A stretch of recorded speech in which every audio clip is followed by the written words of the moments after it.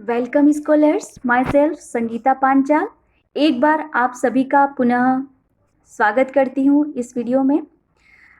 बच्चों, हम पूर्व के वीडियो में राजनीतिक भूगोल की परिभाषा के बारे में अध्ययन कर चुके हैं। आज हम अध्ययन करेंगे राजनीतिक भूगोल के विषय क्षेत्र के बारे में। जैसा कि हम जानते हैं कि किसी भी विषय, कोई भी अध्ययन है, उसका जो वर्ण्य विषय होता है, उसका जो थीम होती है, वह उसकी विषय वस्तु अथवा उसका क्षेत्र होता है। अर्थात जो अध्ययन हेतु हमें क्या सम्मिलित किया करे, क्या सम्मिलित नहीं करे, है ना। यानी कि किसी भी अध्ययन का जो वर्ण विषय है वो उसका विषय वस्तु होता है। अर्थात अध्ययन हेतु हम विषय वस्तु में, उसके क्षेत्र में क्या शामिल किए करे, क्या नहीं करे, उसका ही वही उसकी विषय वस्तु है। किसी भी विज्ञान को एक सीमाबद्ध करना, एक तरह से सीमाबद्ध करना आवश्यक होता है। जैसे कि क्रमबद्ध विज्ञान है, उसकी एक शाखा है भूगोल। उस भूगोल की विभिन्न शाखाओं के अनुरूप जो राजनीतिक भूगोल है वह भी एक प्रासंगिक अध्ययन है। राजनीतिक भूगोल के अंतर्गत जो अध्ययन प्रसंग है वह राजनीतिक दृष्टि से जो संगठित क्षेत्र हैं, अर्थात जो इकाई है या राज्य है, राजनीतिक इकाई है या राज्य है, वही उसका मुख्य थीम है, विषय वस्तु है। और राजनीतिक राज्य का आविर्भाव किससे होता है, पहले ही हम इसकी जो परिभाषा के अंतर्गत हम पढ़ चुके हैं कि जब कोई मानवीय विचार या मानवीय इच्छा सामूहिक रूप से परिपक्व होकर के वर्तमान रूप ग्रहण करती है, एक भौतिक स्थलीय या धरातलीय जो वर्तमान रूप ग्रहण करती है, वही क्या है, एक राज्य है। अर्थात राजनीतिक क्षेत्र वह क्षेत्र है जिसमें सर्वत्र एक अथवा एक से अधिक स्वरूप की राजनीतिक घटनाएं पाई जाती हैं। और राजनीतिक घटनाएं क्या हैं? राजनीतिक घटनाएं वह घटनाएं हैं जो राजनीतिक लक्षणों से संबंधित हैं तथा इनका जो उद्भव है, आविर्भाव है, वह राजनीतिक विचारों में निहित शक्तियों के कारण होता है। अर्थात सर्वप्रथम मानवीय विचार या मानवीय इच्छा जागृत होती है और उसी के परिणाम स्वरूप परिपक्व होते हुए वह धरातलीय स्वरूप ग्रहण करती है। और यही धरातलीय स्वरूप जो है वह एक राजनीतिक इकाई का रूप ग्रहण करता है। और यह जो राजनीतिक इकाइयां हैं उनमें विभिन्न तरह की राजनीतिक घटनाएं शामिल होती हैं जो कि राजनीतिक लक्षणों से संबंधित होती हैं। और इनका उद्भव जो है वो राजनीतिक विचारों में निहित शक्तियों के कारण होता है। बच्चों, राजनीतिक भूगोल के अंतर्गत राजनीतिक भूदृश्य प्रारूप का विश्लेषण तथा विवरण प्रस्तुत किया जाता है। अर्थात राजनीतिक भूगोल में क्या किसको शामिल किया जाता है? जो राजनीतिक भूदृश्य विकसित हुआ है उसका विश्लेषण और उसका विवरण क्रमबद्ध रूप से हम प्रस्तुत किया जाता है, जो संपूर्ण सांस्कृतिक भूदृश्यावली का अंश होता है। अथवा इसमें राजनीतिक उद्देश्यों की पूर्ति हेतु धरातलीय क्षेत्र के संगठित प्रयोग का अध्ययन किया जाता है। यदि संपूर्ण जो मानव निर्मित भूदृश्यावली है, अर्थात संपूर्ण जो मानवीय सांस्कृतिक लैंडस्केप है, उसका वर्गीकरण किया जाए। वर्गीकरण किस लिए?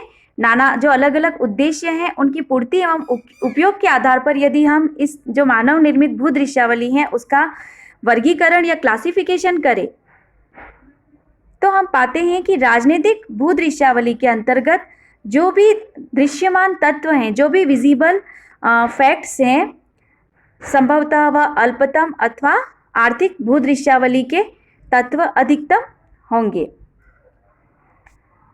इस तरह से जो पूर्व की जो परिभाषाएं हैं और संकल्पनाएं हैं जिसका अध्ययन या चर्चा हम पूर्व के वीडियो में कर चुके हैं, उनके विश्लेषण से राजनीतिक भूगोल के अध्ययन एवं विषय क्षेत्र का आभास हो जाता है। अर्थात जो विभिन्न विद्वानों के द्वारा जो चाहे वह विटलसी हो, कांट हो या हार्टशोन हो या मूडी हो, उन सब की जो परिभाषाएं हैं उनसे यह स्पष्ट होता है कि राजनीतिक भूगोल के अध्ययन का उद्देश्य क्या है और उसका विषय क्षेत्र, उसका भी हमें एक तरह से आभास हो जाता है। वर्तमान समय में क्षेत्र से संबंधित किसी भी राजनीतिक संगठन का कोई भी तथ्य या जो राजनीतिक भूगोल का जो अध्ययन क्षेत्र है, वर्तमान में यदि हम देखें तो राजनीतिक भूगोल का अध्ययन क्षेत्र क्या है? किसी भी राजनीतिक संगठन का कोई भी तथ्य या तत्व राजनीतिक भूगोल का अध्ययन क्षेत्र है। और क्षेत्रीय विश्लेषण के जो विधि तंत्र में हम इसी का अध्ययन करते हैं। दूसरे शब्दों में यदि कहा जाए तो राज्य का ही अध्ययन राजनीतिक भूगोल का अध्ययन क्षेत्र है। अर्थात राजनीतिक भूगोल का अध्ययन क्षेत्र क्या हो गया? सामान्य रूप से सरल भाषा में राज्य इटसेल्फ है ना, राज्य ही राजनीतिक भूगोल का अध्ययन क्षेत्र है। हार्टशॉर्न ने कहा है कि भूमि और जनसंख्या के एक भाग के संगठन के रूप में राज्य का जो मूलभूत उद्देश्य क्षेत्र है वह क्षेत्र के विभिन्न प्रदेशों को राजनीतिक रूप से संगठित एक इकाई के रूप में परिवर्तित करना है। यानी कि हार्टशॉर्न ने जो राजनीतिक भूगोल का जो राज्य का मूलभूत उद्देश्य बताया है वह क्या है? उद्देश्य जो राज्य के विभिन्न प्रदेश हैं उनको राजनीतिक रूप से एक संगठित इकाई के रूप में परिवर्तित करना है। इस प्रक्रिया में जो राज्य हैं वह अपने आंतरिक राजनीतिक संबंधों पर पूर्ण नियंत्रण स्थापित करने का प्रयास करता है। इस संपूर्ण यदि हम प्रोसेस में देखें तो क्या होता है?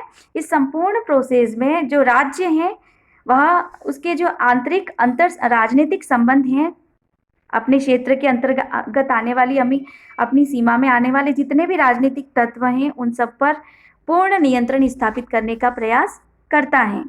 इसके साथ ही आर्थिक क्षेत्र में राज्य सामानों के उत्पादन,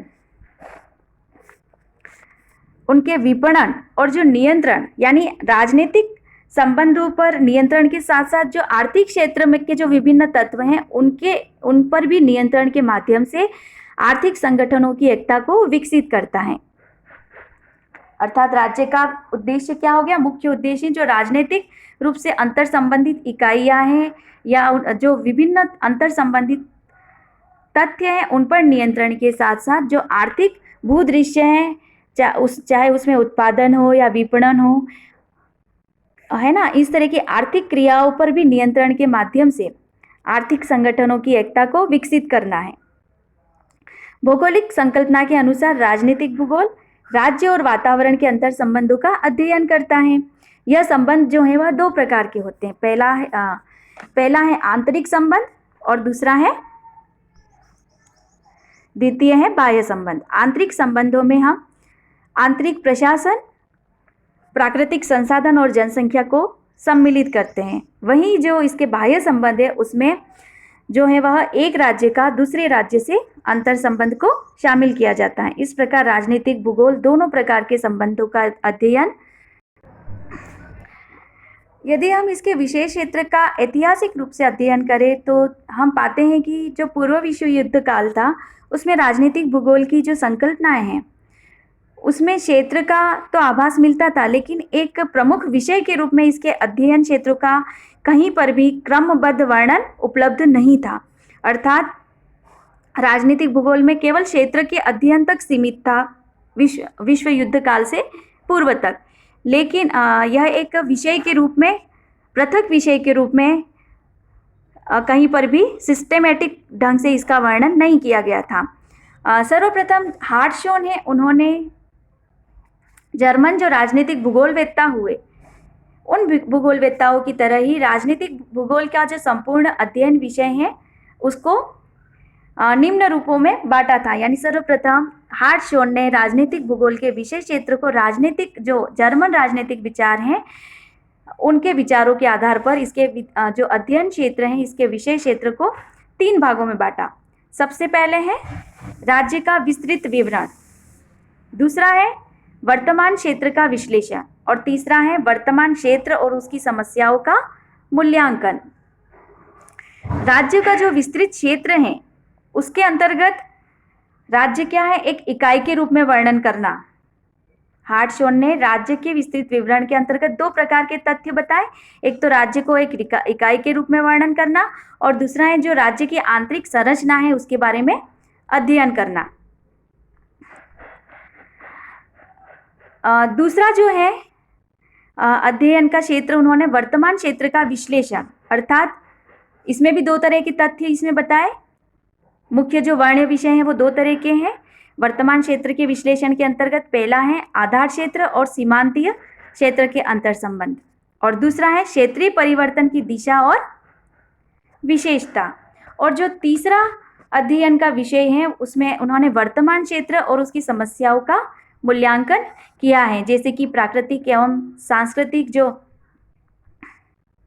भूदृश्य हैं उस पर नियंत्रण, और समानता और असमानता वाले प्रतिरूप, इन सब का जो है अध्ययन वह वर्तमान क्षेत्र और उसकी समस्याओं के मूल्यांकन के अंतर्गत किया। इस तरह से जो हार्टशॉ ने उन्होंने राजनीतिक भूगोल का जो विषय क्षेत्र है उसको 3 रूपों में विभाजित करके, हार्टशॉ की तरह ही विटलसी ने भी राजनीतिक भूगोल के अध्ययन क्षेत्र को स्पष्ट करते हुए बताया कि राज्य के जो आधार क्षेत्र हैं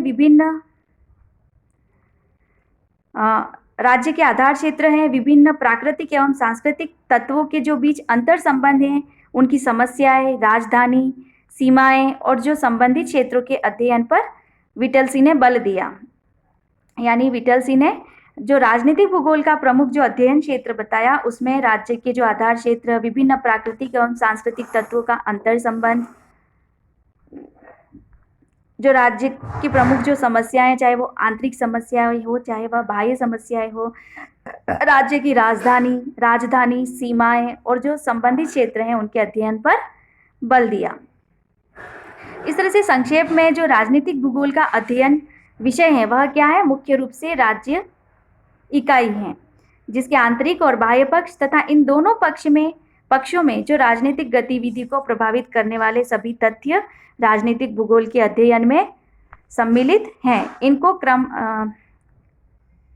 इस तरह से हार्टशॉ और जो विटलसी हैं जिन्होंने राजनीतिक भूगोल के विषय क्षेत्र के बारे में विस्तृत प्रकाश डाला, उसका यदि हम उस आधार पर हम राजनीतिक भूगोल का अध्ययन है उसको संक्षिप्त रूप में निम्न तरह से व्यक्त कर सकते हैं। सबसे पहले जो राजनीतिक भूगोल का जो विषय क्षेत्र है उसका अध्ययन है, उसके अंतर्गत जो राजनीतिक राज्य हैं उसका संपूर्ण अध्ययन शामिल किया जाता है। अर्थात राजनीतिक भूगोल के अंतर्गत राजनीतिक राज्य का संपूर्ण अध्ययन किया जाता है।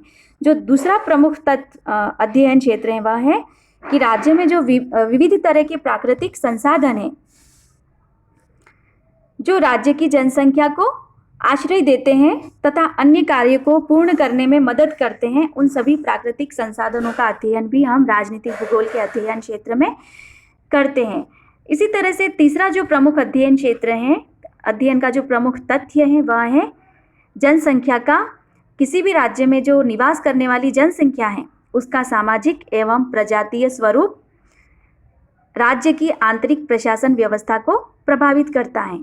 अतः राजनीतिक भूगोल के अंतर्गत जो जनसंख्या है और उसके जो विभिन्न तत्व हैं जनसंख्या से संबंधित, जैसे भाषा, जाति, धर्म आदि का अध्ययन किया जाता है। अर्थात राजनीतिक भूगोल का जो पहला है वह राजनीतिक इकाई का संपूर्ण अध्ययन है, दूसरा विशेष क्षेत्र है जो उसके प्राकृतिक संसाधन है, तो तीसरा जो है वो इसके मानवीय संसाधन या जनसंख्या जो कि एक सामाजिक एवं प्रजातीय स्वरूप लिए हुए होता है जो, और यह राज्य की जो आंतरिक प्रशासन व्यवस्था को भी प्रभावित करता है, जैसे कि भाषा, जाति, धर्म आदि। जो चौथा प्रमुख राजनीतिक भूगोल का वर्ण विषय है वह है राज्य के आंतरिक जो साधन है उसके साथ साथ ही अन्य राज्यों से प्राप्त साधन या संसाधन, इन पर भी आधारित होता है। क्योंकि इन संसाधन क्योंकि कोई भी राज्य पूर्ण रूप से आत्मनिर्भर नहीं होता है, उसे अपनी आवश्यकताओं के लिए अन्य राज्यों पर भी निर्भर रहना पड़ता है। अतः विभिन्न अपनी आवश्यकताओं को पूर्ण करने के लिए जो संसाधन अन्य राज्यों से प्राप्त करने होते हैं उसके लिए उसे विभिन्न राज्यों से विभिन्न तरह के समझौते भी करने पड़ते हैं, और ये समझौते विभिन्न कारणों से किए जाते हैं। अतः राजनीतिक भूगोल में इन समझौतों का भी जो एग्रीमेंट्स होते हैं, जो विभिन्न तरह की संधियां जिसे हम कह सकते हैं, विभिन्न तरह के चाहे आर्थिक हो, राजनीतिक हो, सीमा से संबंधित हो, आर्थिक संसाधनों से, ये जो भी समझौते होते हैं वह उनका अध्ययन भी हम राजनीतिक भूगोल के अध्ययन क्षेत्र के अंतर्गत करते हैं। राजनीतिक भूगोल का एक प्रमुख वर्ण विषय है राजनीतिक निर्णयों में भौगोलिक उपक्रम जो हैं वह भी एक महत्वपूर्ण रोल निभाते हैं। अतः इन भौगोलिक उपक्रमों का भी इसमें अध्ययन किया जाता है। और एक प्रमुख जो राजनीतिक विज्ञान है उसका एक प्रमुख विषय है निर्वाचन। तो राजनीतिक भूगोल में भी हम निर्वाचन से संबंधित, चुनाव से संबंधित जो विविध तरह के तथ्य हैं उसका भी अध्ययन करते हैं। और अंतिम जो राजनीतिक भूगोल का अध्ययन क्षेत्र है उसमें हम कह सकते हैं कि राजनीतिक भूगोल में उन क्षेत्रों का भी अध्ययन किया जाता है जो वर्तमान में राजनीतिक दृष्टि से संगठित तो नहीं है, लेकिन फिर भी किसी भी प्रकार से यह राजनीतिक घटनाओं से संबंधित होते हैं तथा भविष्य में उनके संभावित राजनीतिक क्षेत्र हो सकते हैं। अर्थात अंत में हम जो राजनीतिक भूगोल के अध्ययन क्षेत्र में उन क्षेत्रों को भी शामिल कर सकते हैं जो कि राजनीतिक दृष्टि से संगठित तो नहीं है, लेकिन किसी भी तरह से राजनीतिक घटनाओं से संबंधित होते हैं तथा भविष्य में उनके संभावित राजनीतिक क्षेत्र हो सकते हैं। इस तरह से राजनीतिक भूगोल के विषय क्षेत्र में हमने इस तरह से राजनीतिक भूगोल में जो राज्य के विविध पक्ष हैं यथा राज्य के प्राकृतिक तत्व, आर्थिक तत्व तथा जनसंख्या के जो विविध अलग अलग तरह की विशेषताएं, चाहे वो धर्म से संबंधित हो, चाहे भाषा से संबंधित हो, खान पान, रीति रिवाज, इन सभी विशेषताओं ये जैसे आंतरिक तथ्य तथा बाह्य अंतर संबंध, इनका अध्ययन ही राजनीतिक भूगोल का मुख्य विषय क्षेत्र है। और वर्तमान समय में जो अलग अलग विविध तंत्रात्मक विकास के परिणाम स्वरूप सभी तथ्यों के व्यावहारिक पक्ष पर बल दिया जाता है। Thank you.